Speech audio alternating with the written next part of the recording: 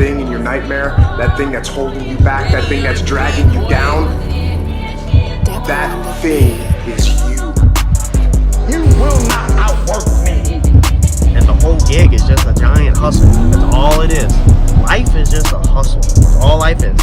One giant hustle. All right, it's Saturday morning. As you can hear, me and Loudmouth is back out here in the garage working again today. Harper, what are you doing this morning? I got coffee. She's filling up the Craftsman stool with baby dolls. So what we're working on is we're going to do a couple things today. We're coming through the checklist on this car, and we actually have this thing knocked down pretty decent. So we accomplished a lot yesterday and was able to check a bunch off of the checklist. So today we're going to continue coming through, and I'm going to show you something that we just got in the mail. All right, so first, before we go over what we just snagged in the mail, we got our diaper done up. So there was already holes here from the factory, so I just did nut certs on them. Yes, I know the tabs are rusty. Yes, I don't like it. Yes, they need to be painted. Yes, they're on the to-do list. So this is how it works, is the straps, they come up high. I see so many people fighting with diapers on their cars down low, and I just don't get it. Like, why are y'all doing that? Like, why are you not putting the diaper on from under the car, chunking the straps up top, and then strapping them up top like this? Like, why are you dealing with buckles and straps and everything down there underneath the car where they're hard to get to? Like, I see issues at the track, and I try to improve. So same thing, this one comes up here. They're literally identical on both sides. They're up high where you can easily see to get them through, and you don't have to fight with them or deal with them. Like, you just put the diaper on the bottom, chunk the straps up, and then you actually hook it up top, and then you can pull it up and tighten it up and everything and make all your adjustments up here. This one comes right here off of this mount that was already here. Didn't drill no new holes or anything like this. This is actually where our old hood used to go up, and the same thing, it just pulls straight up off of there. Now that one does, it's kind of hard to see, but it barely clears the header, maybe touches on the backside.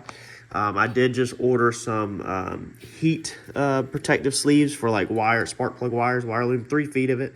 Definitely the back ones, they literally pretty much drag across the header. So we're gonna put the straps inside heat tubes, basically, so that hopefully they don't melt. Hopefully we can keep this thing from melting. But now the straps are nice and easy to get to up here. If you need to drop the diaper or anything like that, you just undo it here and then you drop it under the car. We just put this one on up here. This one took a little bit more thought. This is the problem area.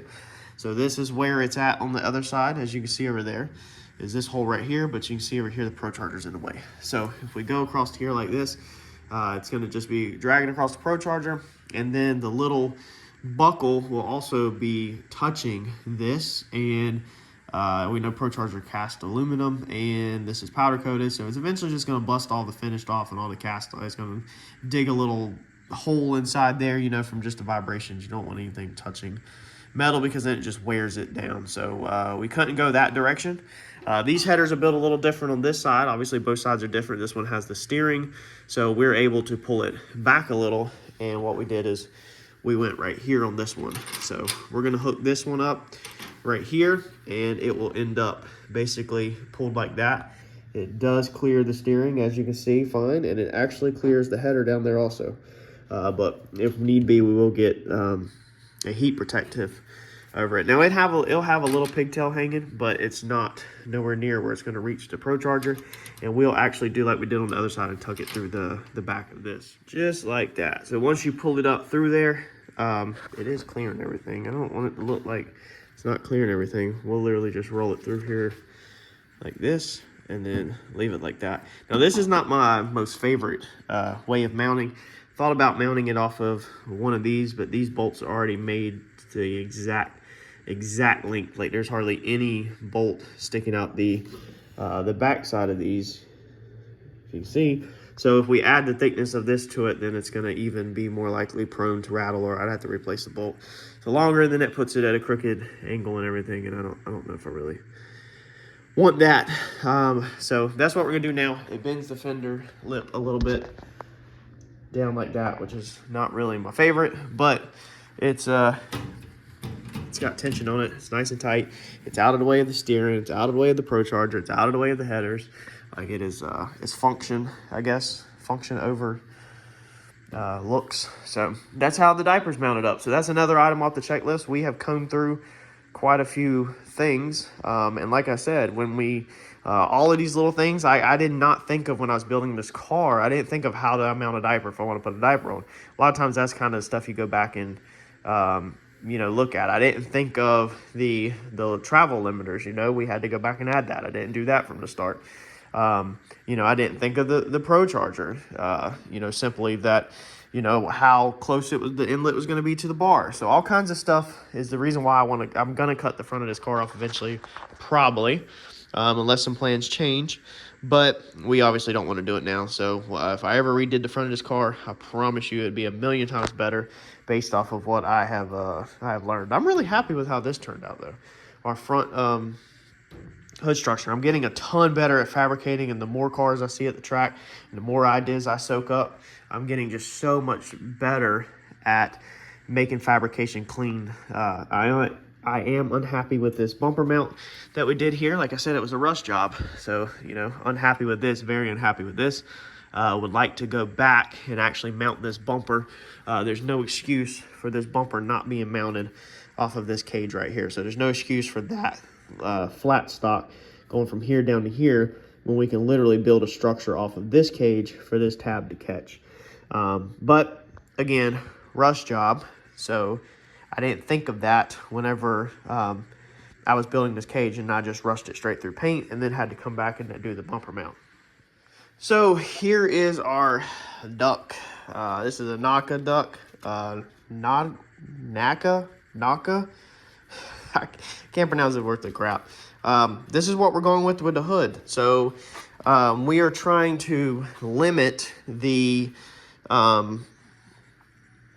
Procharger getting restricted.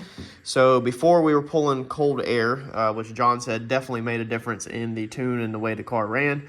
We were pulling it through that stack as we went over in the last video. But the problem is that stack itself is actually restricted on the size, where we need this thing to just breathe wide open, but also still get cooler air. So that's why we went with one of these. So we're gonna face it. It gets faced like this. So it is slightly angled at the wrong direction to the Procharger. Really, it would be a perfect world if the Procharger again was facing the other way. So this Procharger being in factory orientation, like you would order this kit for a Mustang, that's what I went off of, because I frankly did not 100% know what I was doing back then. So I said, well, if you put it in a factory actual street car Mustang, this is the way it faces. I have a Mustang motor.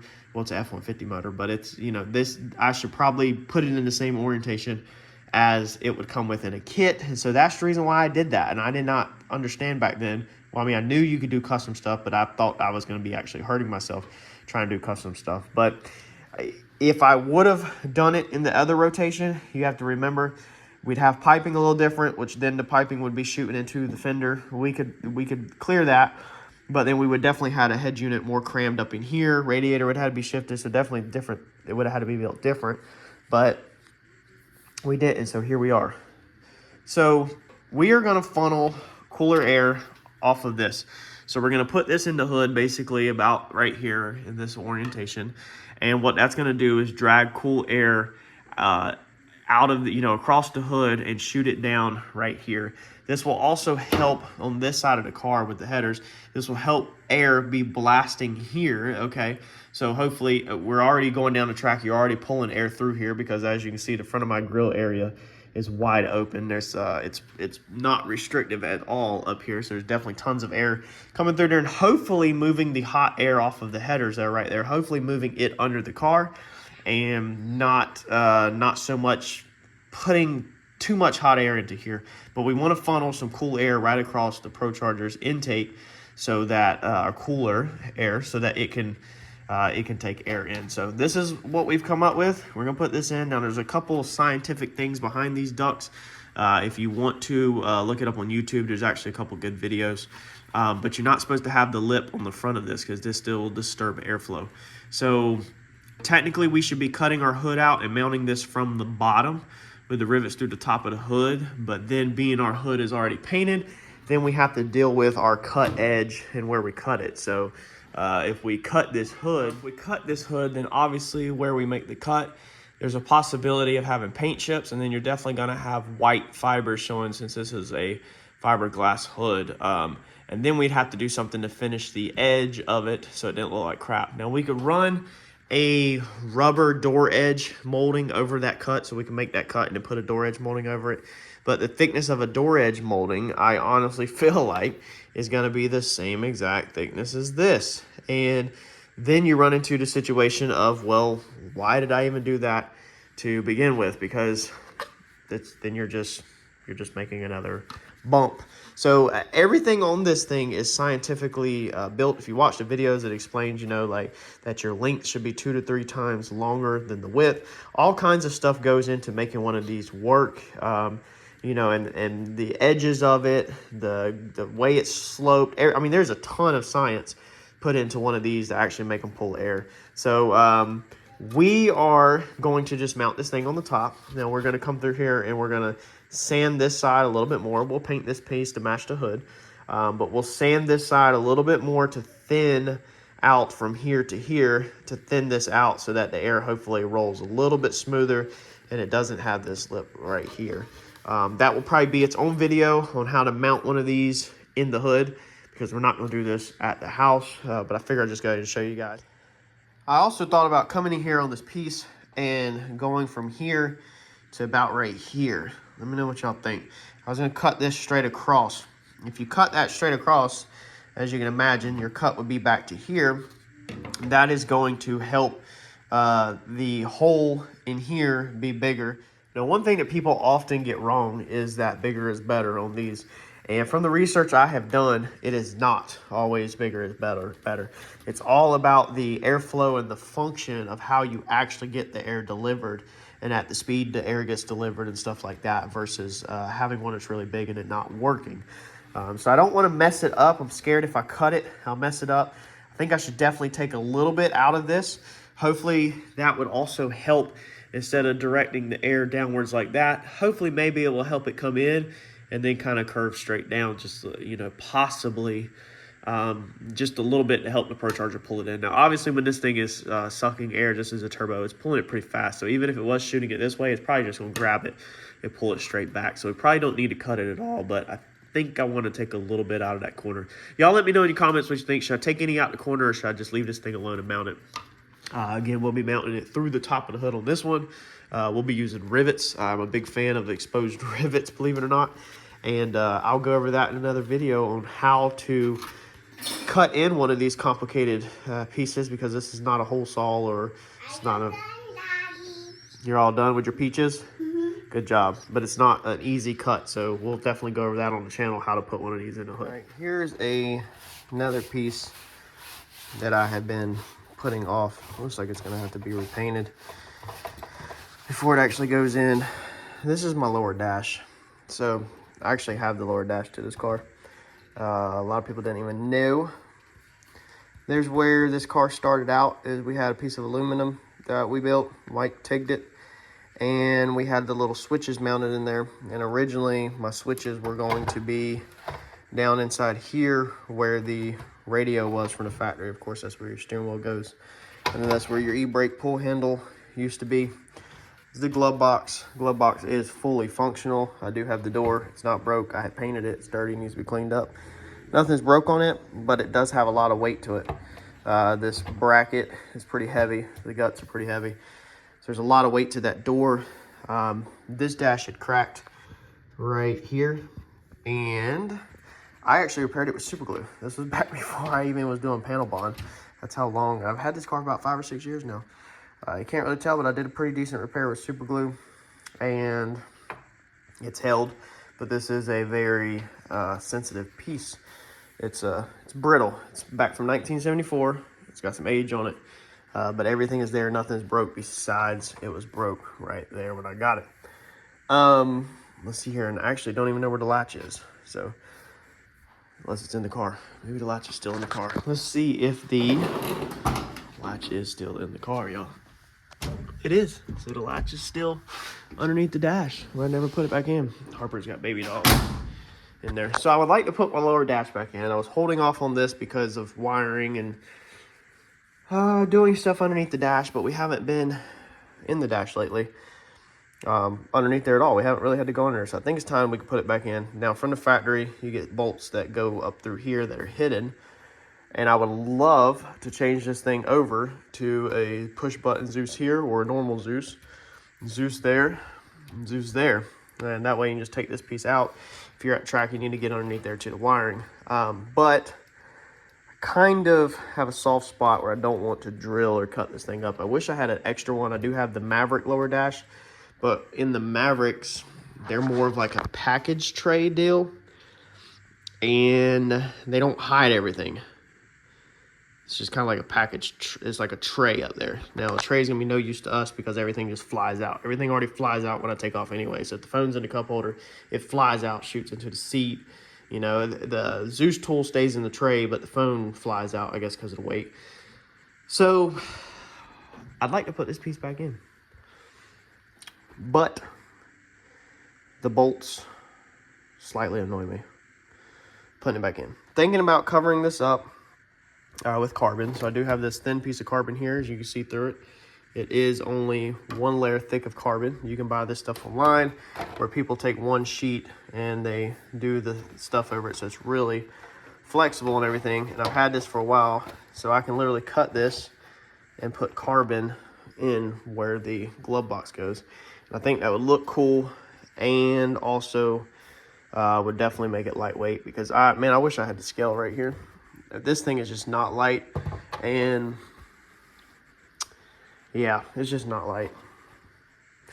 So that's what I'm doing right now, is trying to figure out kind of what I want to do with this. Definitely before this is done, I'm gonna need to refreshen this up, but I might go ahead and fit it in there. I wish these screw holes weren't so hid in here how they are going into the dash, because it makes it definitely harder to get it off. Now all we would probably need is one on the end, one in the center, and then one on the end down there. We could probably skip the two in the glove box, probably just hit the ends, that one and that one. So 3 across the bottom, top, and then maybe 2 across the bottom, and we'd probably be good to go. Let's put it in, see what we got. All right, so we've got it in, but I don't like it. I hate it. I hate it. This is what I didn't like about it before. Flip on these lights is this gap up here. Is this thing just does not sit up like I want it. So I need it to sit like that. And for some reason, this piece, I remember dealing with this whenever I first put this thing in here, when I painted it probably 2 or 3 years ago. And I was very unhappy with the fitment of it, and never could get it right. So even though it's cool, man, I don't know if if I can do it. I don't know if I can handle it. I'm definitely gonna have to think on this one, because I'd rather just put a piece of carbon there and be done. Put some nut certs in there with just 4 little Allen screws or something that will just come out nice and simple, because I do like to be able to have this where you can access here, because as you can see, if you can see, you access back there. There's our map sensor, and then there's our wire pass through, and there's our transmission bolts right there for the transmission. So, which we still need to probably cover that up. But I do like to be able to have that eyesight from the passenger side to get sockets to them top 2 transmission bolts right there. So I definitely want something removable. I don't want to like rivet in carbon, you know, where you have to get down really low, because I'm not for being aggravated working on the car.